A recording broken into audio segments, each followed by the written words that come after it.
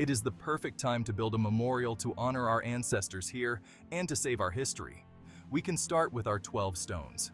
In the Old Testament, when Joshua and his people made it to the Promised Land, God inspired him to build a memorial. It is time for us to build our memorial and save our history here. Great pioneers of our freedom lived here on this land, in this community. Where would we be, were it not for the Negro Hospital and Nurse Daisy Robinson? Where could we have gone, were it not for Dr. Robert Holliday?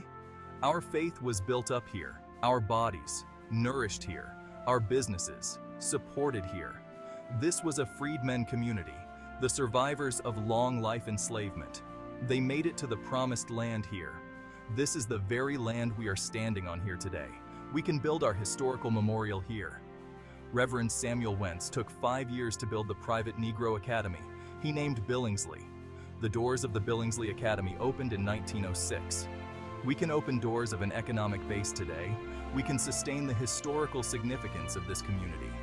We can bring preservation funding. Just like the millions of dollars that go to other city historical projects, we can share our history of freedom.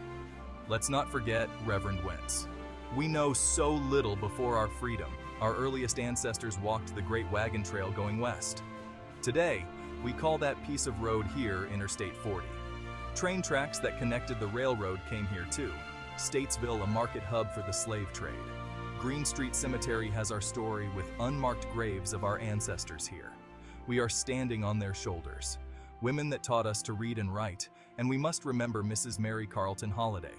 People want to pretend we can't save Morningside School. Don't listen to their excuses. We can find solutions. Repurpose Morningside School to be of service for the generations to come. Dr. Holliday's house on Garfield Street is a landmark. No one debates the history of our first emancipated generation and the great pioneers of freedom. It's the truth.